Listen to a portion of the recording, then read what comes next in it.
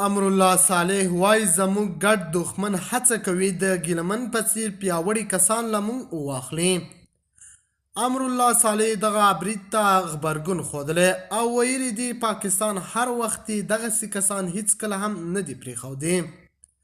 له پښتنو څخه یو جهان مننه چې داسې یو بل سره کلک ولاړ دي.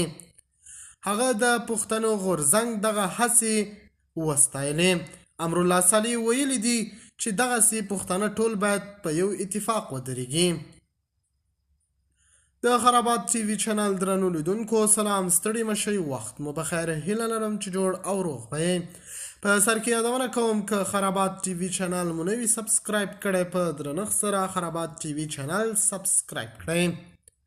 د جمهوري دولت لومړی مرستیال امرالله صالح په یو پیغام کې پر حماس شاعر او د پښتون ژغورنې غورځنګ غړی ګیلمن وزیر برید غندلی او هغه ته د عاجلې روغتیا هیله ښودلې ده.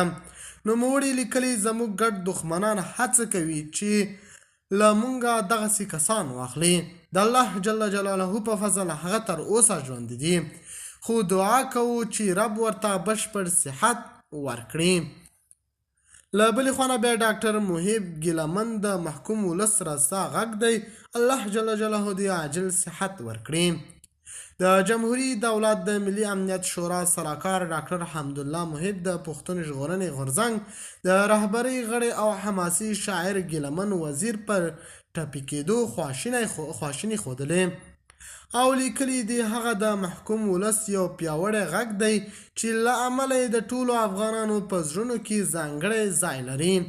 ښاغلی محب لیکلي د ګیلمن وزیر د صحت لپاره د لوی الله جل جلاله په دربار کې دعا کوم او په دې سخت وخت کې هغه د کورنۍ او ملګرو ترڅنګ ولاړ یم.